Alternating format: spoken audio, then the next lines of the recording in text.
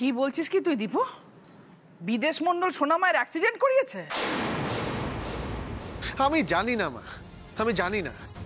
হতেও তো পারে আমরা যে অ্যাক্সিডেন্টটাকে সাধারণ বলে ভাবছি সেটা আসলে আসলে বিদেশ মন্ডলের লোক করিয়েছে।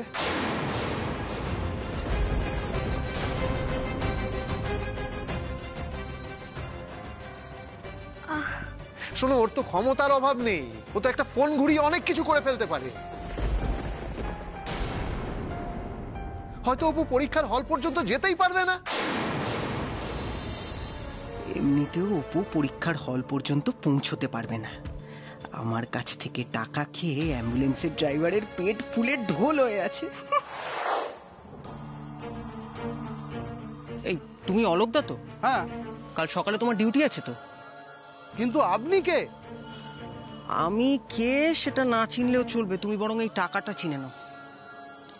কাল সকালে তোমার যাকে পরীক্ষার হলে পৌঁছানোর কথা সে যেন কিছুতেই পরীক্ষার হলে পৌঁছতে না পারে। তুমি গাড়ি নিয়ে পরীক্ষার হলে পৌঁছানোর জায়গায় অন্য কোথাও যাবে। মানে এতে তো আমি কেস খেয়ে যাব। আরে তুমি কেন কেস খাবে? তুমি এমন নাটক করবে যেন তুমি রাস্তা গুলিয়ে ফেলেছো। আরে হালি শহর থেকে কলকাতা তো অনেকটা পথ। অভিনয় করবে, বুঝলে? অভিনয়। তার বদলে তুমি এই মোটা টাকার অঙ্কটা পাবে, বুঝলে?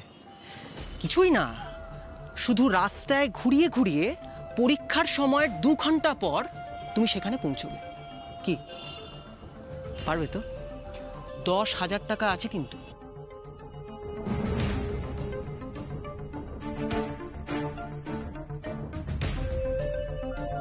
কাজ হয়ে যাবে আপনার, যান। অবলা, দীপু কথাটা কিন্তু কিছু ভুল বলেনি। একটু ভেবে দেখলে পারতে দীপুর কথাটা।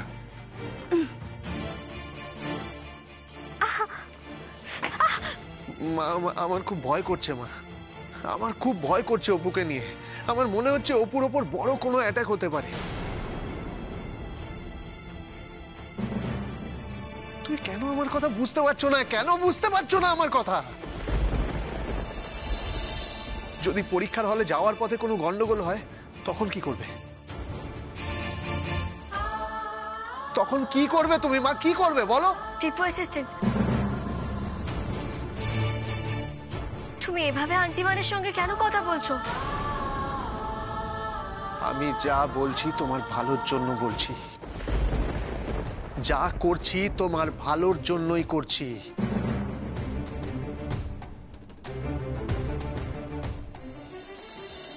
না হলে কারোর ব্যক্তিগত ব্যাপারে আমি কখনো বাধা দিই না। দীপু, দীপু শোন শোন, যা রেগে মেগে চলে গেল দীপু।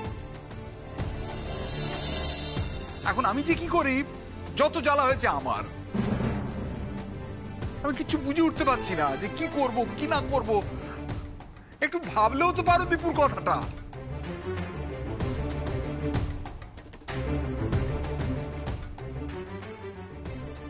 মা বলছি, বাবার কথাটা একবার ভেবে দেখলে হতো না? সত্যি যদি অপুর কোনো ক্ষতি হয়ে যায় তখন?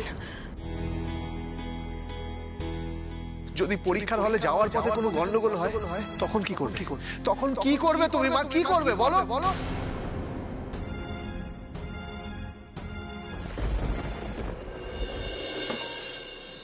না না, ওখানে রাখবো কেন? পাগল হয়ে যাব। এই কাজের সময় দরকারি জিনিস হাতের কাছে না পেলে না এত বিরক্ত লাগে না, বলে বোঝাবার নয়। এখন কি করব আমি? এখনই খেতে হবে ওষুধটা। আমার মাথা ঘোরে। এখন অবলাকে যে ডাকবো তারও তো উপায় নেই। অবলা তো অপুমাকে নিয়ে ব্যস্ত। তাহলে কি করি? বৌমাদের কাউকে ডেকে তাই দেখি একবার। এই ওষুধটা খুঁজছিলেন জামাইবাবু? হ্যাঁ, এই ওষুধটা কোথায় ছিল? ওষুধটা শেষ হয়ে গেছিল, একটু আগে ওষুধের পাতা কিনিয়ে আনালাম। আমি তো জানি আপনি রোজ এই সময় ওষুধটা খান।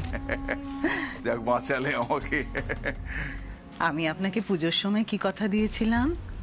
আমি কথা দিয়েছিলাম না যে এবার থেকে আপনার সমস্ত দায়িত্ব আমার। আসলে দিদি তো আজকাল খুব ব্যস্ত। নি, ওষুধটা খেয়ে নি। দাও। হ্যাঁ, কালকে সকাল সকাল আমাদের বেরোতে হবে তো। হ্যাঁ, দেখি একটু পাশে চলো তো। আস্তে আস্তে আস্তে আস্তে আস্তে আস্তে করে গো। শো, আর একটু নিচু মা, নিচু। হ্যাঁ, আস্তে আস্তে আস্তে। হ্যাঁ, সকাল 8টায় অ্যাম্বুলেন্স এসে যাবে, তারপর তৈরি হয়ে বেরোতে হবে তো মা। হ্যাঁ আন্টিবান, আমার কালকে পরীক্ষার হলে গিয়ে অ্যাম্বুলেন্স থেকে কে নামিয়ে দেবে? কেন, আমাকে দেখে কি তোমার কম শক্তিশালী বলে মনে হচ্ছে? হ্যাঁ, মায়েদের শক্তিকে না একদম অবহেলা করবে না, আমি তোমায় নামিয়ে দেব। আচ্ছা আন্টিবান, কাল দীপু অ্যাসিস্ট্যান্ট কি সত্যি সত্যি আমাদের সঙ্গে যাবে না? ওকে একটু বোঝান না আপনি আন্টিবান। যে মানুষটা সব থেকে বেশি চাইতো আমি চাকরির পরীক্ষা দিই, সেই মানুষটা কাল আমার সঙ্গে থাকবে না। আমি তো ভাবতেই পারছি না, বিয়ের পিড়ি থেকে আমাকে যে মানুষটা তুলে নিয়ে গিয়ে চাকরির পরীক্ষা দিতে নিয়ে গিয়েছিল, সেই মানুষটা কাল আমার সঙ্গে থাকবে না। ওর জন্যই তো আমি আজ প্রিলিমসের পরীক্ষায় চান্স পেয়েছি আন্টিবান। আর আজ যখন আমি আমার সাফল্যের এতটা কাছাকাছি পৌঁছে গেছি, তখন দীপু অ্যাসিস্ট্যান্ট আমার কাছে থাকবে না। সেটা কি করে মেনে নিই বলুন তো? দীপু অবুঝ হলে তুমি কি করবে বলো তো? দীপু অ্যাসিস্ট্যান্ট তো আমার হাজবেন্ড, ওর অনুমতি না নিয়ে আমি পরীক্ষা দিতে যাব কি করে? ওর সঙ্গে অন্যায় করছি না তো আন্টিমান? কিসের অন্যায়? এই যে ওকে এত কষ্ট দিচ্ছি, এতে তো আমার অপরাধ বোধ হচ্ছে। সোনামা, কষ্ট তুমি যেমন দিচ্ছ, কষ্ট আমিও তোকে দিচ্ছি। দেখো সোনামা, তুমি আমি আমরা দুজনে হলাম ওর জীবনের সবচেয়ে গুরুত্বপূর্ণ মানুষ, সবচেয়ে প্রিয় মানুষ। আমরা দুজনে মিলে ওকে কষ্ট দিচ্ছি, খুব কষ্ট দিচ্ছি দীপুকে। আমার দীপু খুব কষ্ট পাচ্ছে সোনামা।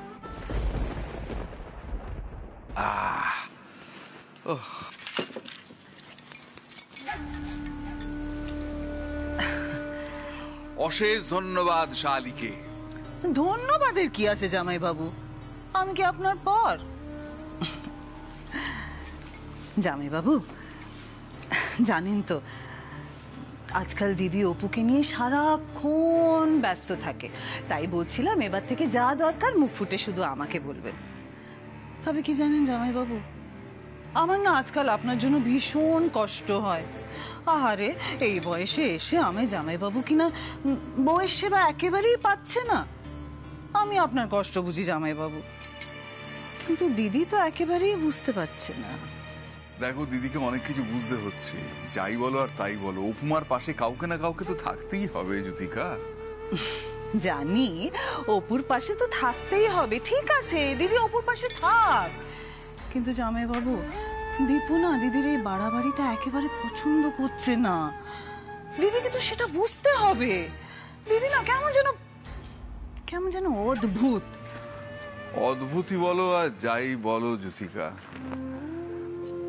অবলার মনটা ভারী নরম। তুমি তো ছোট বোন, তোমার দিদিকে ভালোই চেনো।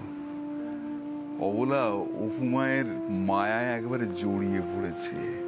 নাহলে ভাবো, যে অবলা মেয়েদের চাকরি করার ব্যাপারে ঘোরতর বিরোধী ছিল, সেই অবলা আজ উপমার চাকরির পরীক্ষার প্রস্তুতিতে কি উদ্যোগটাই নিচ্ছে ভাবা যায়? সত্যি এমন কাণ্ড জীবনে দেখিনি জামাইবাবু। আমিও দেখিনি। হ্যাঁ গো, আমিও এতটা বছর দেখিনি। আমি এখন নতুন রূপে অবলাকে দেখছি, আর অবলার এই নতুন রূপটা দেখবার জন্য আমি তোমায় চুপি চুপি বলি, অবলার থেকে একটু দূরে সরেও থাকতে পারি। দুদিন না হয় বইয়ের সোহাগ একটু কম পেলাম। আপনি হাসছেন জামাইবাবু। কারণ অবলার এই ব্যবহারে আমি বিরাট খুশি।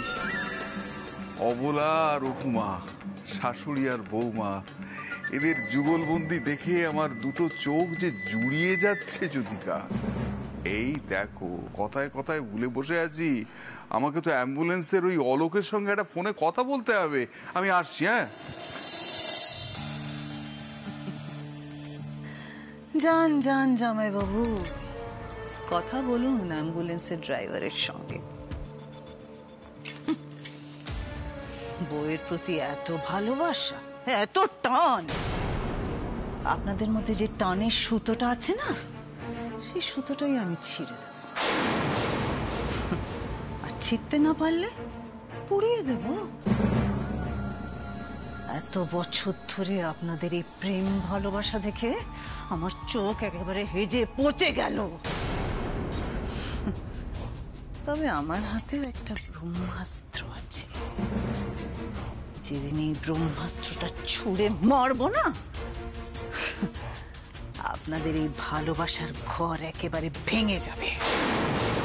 অবলা মুখার্জির হাত থেকে সংসারের চাবি ছিনিয়ে নেব আমি। নেবই। তুমি তো স্বপ্ন দেখেছিলে না যে তুমি চাকরি করবে, তুমি বিডিও হবে। সেটা দীপুও স্বপ্ন দেখেছিল, এখন সেটা আমারও স্বপ্ন। দীপু এই স্বপ্নটা তোমার সাথেই তো দেখেছিল না?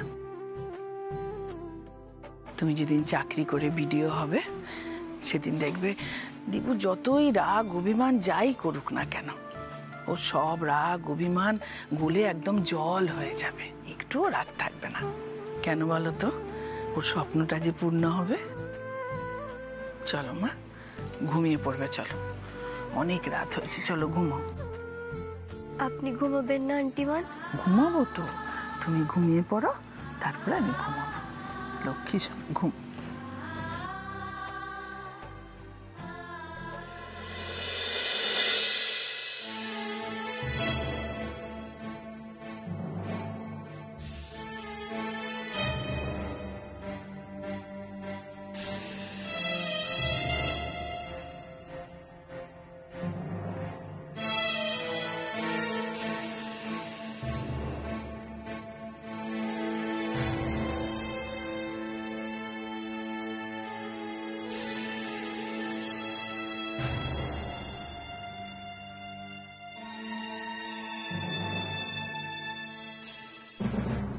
এসেছিস? বলো জেঠিমণি, তুমি ডাক। আচ্ছা বলো। মেঘার গলা পাচ্ছি মনে হলো। চল চলো। আন্টিমান মেঘাকে নিয়ে কোথায় গেল?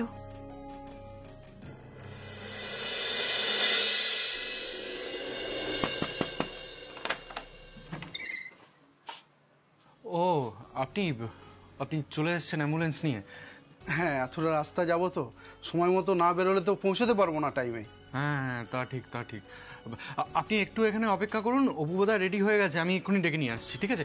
অপু, এই অপু, মা, আরে ও মা। যা বলেছিলাম সব মনে আছে তো? কলকাতায় ঢোকার মুখে ডান দিকের রাস্তাটা নেবে না, বাঁ দিকের রাস্তা দিয়ে ঢুকবে, মনে থাকবে? ওই রাস্তাটা একটু গোলমেলে, সবারই গুলিয়ে যায়। ওই রাস্তাটা একবার গুলিয়ে দিতে পারলেই কেল্লা ফতে। অপু যেন কিছুতেই পরীক্ষা দিতে না পারে। কাজ হয়ে যাবে, টাকা যখন নিয়েছি কাজ আমি করেই দেব। ঠিক আছে? Very good. বাবা রে বাবা, এই মেজদা ব্যথা যাচ্ছিস কেন? মাইক নিয়ে এসেছিস নাকি? ইয়ার কি হচ্ছে নাকি? বারে অ্যাম্বুলেন্স এসে দাঁড়িয়ে রয়েছে, বেরোতে হবে তো নাকি? আরে সকাল সকাল না বেরোলে পরীক্ষার হলে পৌঁছতে দেরি হয়ে যাবে। হলে পৌঁছানোর ইচ্ছে আছে টাইমে নাকি? তুই এখানে তুই যা না, গিয়ে ডাক না সবাইকে। ভাগ্যে অপু বেরিয়ে পড়েনি। আরে আমি মন্দির থেকে এলাম গো, প্রসাদী ফুলটার মাথায় ছোঁয়াতে হবে তো নাকি? তা অপু কোথায়? অপু, অপু, অপু। বর্দি ভাই, তুমি এসে গেছো? যাক বাবা, ভালো হয়েছে। আমিও অপুর জন্য টিফিন রেডি করে রেখে দিয়েছি, আর মায়ের জন্য আলাদা করে খাবার আমি বক্সে গুছিয়ে দিয়েছি। কেমন? আর বলছি যে শোনো না, সবকিছু ওই রান্নাঘরেই রেখেছি কিন্তু। আরে দূর বাবা, কি করছো তোমরা? একটু তাড়াতাড়ি ডাকো না। দূর, এভাবে হবে না, সবাই মিলে ডাকো তো, তাহলে যদি আসে। চলো চলো চলো, ডাকতে চলো। চলো চলো চলো চলো চলো চলো। এসো এসো। রে বাপ রে বাপ, মেজদা ভাই না তো ঝড়। উফ, সেই যাচ্ছে পরীক্ষা দিতে, সেই যাচ্ছে। আমার খুব টেনশন হচ্ছে, খুব টেনশন হচ্ছে আমার।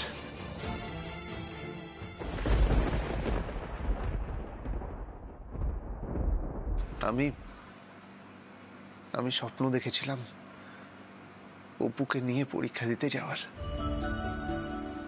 আগের বার তো আমি পরীক্ষা দিতে নিয়ে গেছিলাম অপুকে।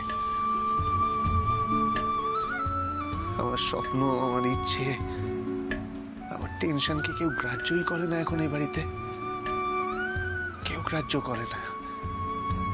যদি গ্রাহ্য করতো তাহলে পরীক্ষা দিতে যাওয়ার আগে অপু গোয়েন্দা অন্তত একবার তার দীপু অ্যাসিস্ট্যান্টের সাথে দেখা করতে আসতো।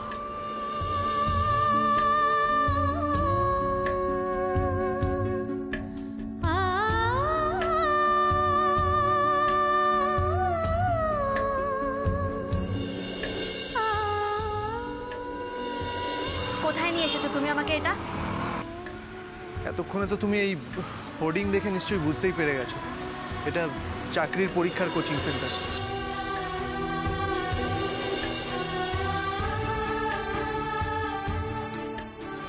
আপনি এভাবে আমাকে প্রণাম কেন করছেন? কেন করব না? একটু আগেই তো বললাম আপনি এখন আমার গার্জেন। নিন, এবার আমায় ভালো করে একটু আশীর্বাদ করে দিন, যাতে আমার পরীক্ষাটা খুব ভালো হয় আর আমি এক চান্সের প্রিলিমসটা পাশ করে যাই। অপু এমন ভাবে পরীক্ষা দেবেন যাতে আপনাকে কেউ বাতিল না করতে পারে। এমন ভাবে পরীক্ষা দেবেন যাতে আপনি চাকরিটা পেয়ে যান।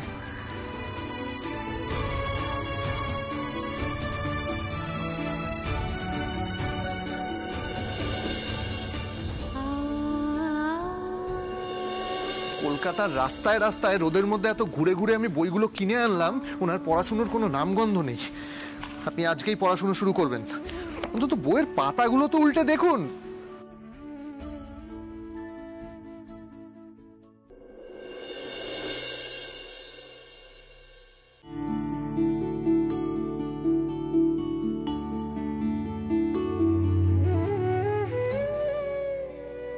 আজকের দিনে আমি তোমার পাশে নেই, তাতে তোমার কষ্ট হচ্ছে না অপু? তুমি মিস করছো না আমাকে? আমি খুব মিস করছি তোমাকে। ভাগ্যের ফেরে আমি তোমার পাশে থাকতে পারছি না অপু।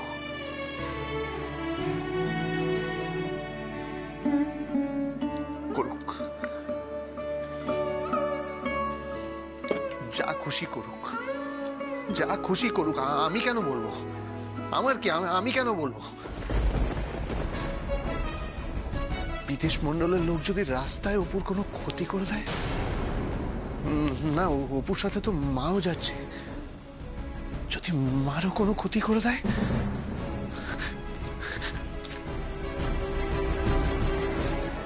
না না, আমি কিচ্ছু বলবো না।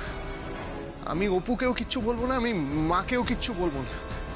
আমি অপুর কাছে জানতেও চাইবো না ও কেমন পরীক্ষা দিয়েছে, কিন্তু আমি যাব।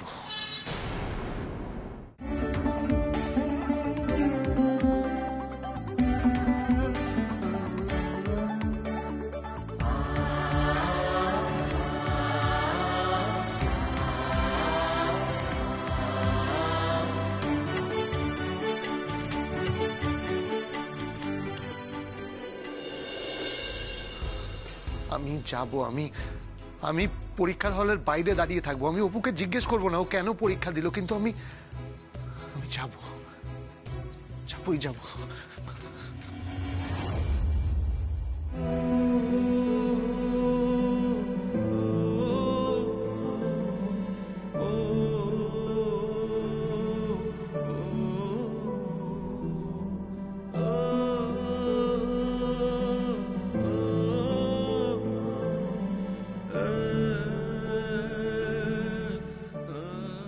না না, আমি এই পরিস্থিতিতে কিছুতেই মাকে আর অপুকে একা কলকাতায় যেতে দিতে পারি না। আমিও যাব। মা, অপু, মা, এই অপু, মা আসছি। অপু, এ কি, মা কোথায়? বলছি অপু তো কোথাও নেই গো ঘরে। হ্যাঁ, আর হুইল চেয়ারটা তো কোথাও দেখতে পাচ্ছি না গো। মানে হঠাৎ করে একসাথে কোথায় গেল দুজনে? কিছুই তো বুঝতে পারছি না। মা, ও মা, বাথরুমে তো নেই মনে হচ্ছে। কি হয়েছে কি? অপু নেই ঘরে? আরে অপু গেল কোথায়? এগুলোই আমার ভালো লাগে না, এইগুলোতেই আমার টেনশন হয়। বড় বৌদি তুমি যাও রান্নাঘরে গিয়ে দেখো মা আছে কিনা, মা নিশ্চয়ই জানে অপু কোথায় আছে। যাও যাও গিয়ে দেখো। মা বলছি ছোট্ট করবো, আমি তো তখন রান্নাঘরেই ছিলাম, ওদের জন্য টিফিন গোছাচ্ছিলাম, মা তো ওখানে ছিল না। সুপর্ণা, এটাও তো হতে পারে তুমি বেরোনোর পর হয়তো মা গেছে টিফিন আনতে রান্নাঘরে, তাই না বলো? তোর বাবা আমার কিছু ভালো লাগছে না, আমি গিয়ে দেখছি। আরে দাঁড়া না, তুই এত অস্থির হচ্ছিস কেন? আরে বাবা অস্থির হওয়ার যথেষ্ট কারণ আছে মেজদা ভাই, অস্থির হওয়ার কারণ আছে। এখন অপু কোথায় গেল আমি কিছুই বুঝতে পারছি না, আমি এই কারণেই টেনশন করি। একা একা কোথায় যাবে বলো তো মেয়েটা? আচ্ছা ছোটদা ভাই তুই দাঁড়া, আমি দেখছি। দেখ গিয়ে প্লিজ দেখ। অবলা, অবলা, অবলা, আরে কি আশ্চর্য কথাবার্তা! বাড়ির বাইরে অ্যাম্বুলেন্সটা কতক্ষণ দাঁড়িয়ে থাকবে? একটা সময়ের জ্ঞান রাখো। বাবা বাবা বলছি দেখুন না, মা অপু কেউ ঘরে নেই। কেউ নেই মানে? মানেটা কি? আরে বাবা 8টার সময় তোদের বেরোনোর কথা। বাবা, আমার মনে হয় উনি রান্নাঘরেই আছে। না না না, রান্নাঘরে আমি এই মাত্র জল খেয়ে এলাম, ঠাকুর ঘরের সামনে দিয়ে এলাম, দেখলাম সেখানেও নেই। তাহলে তাহলে মা আর অপু গেল কোথায়?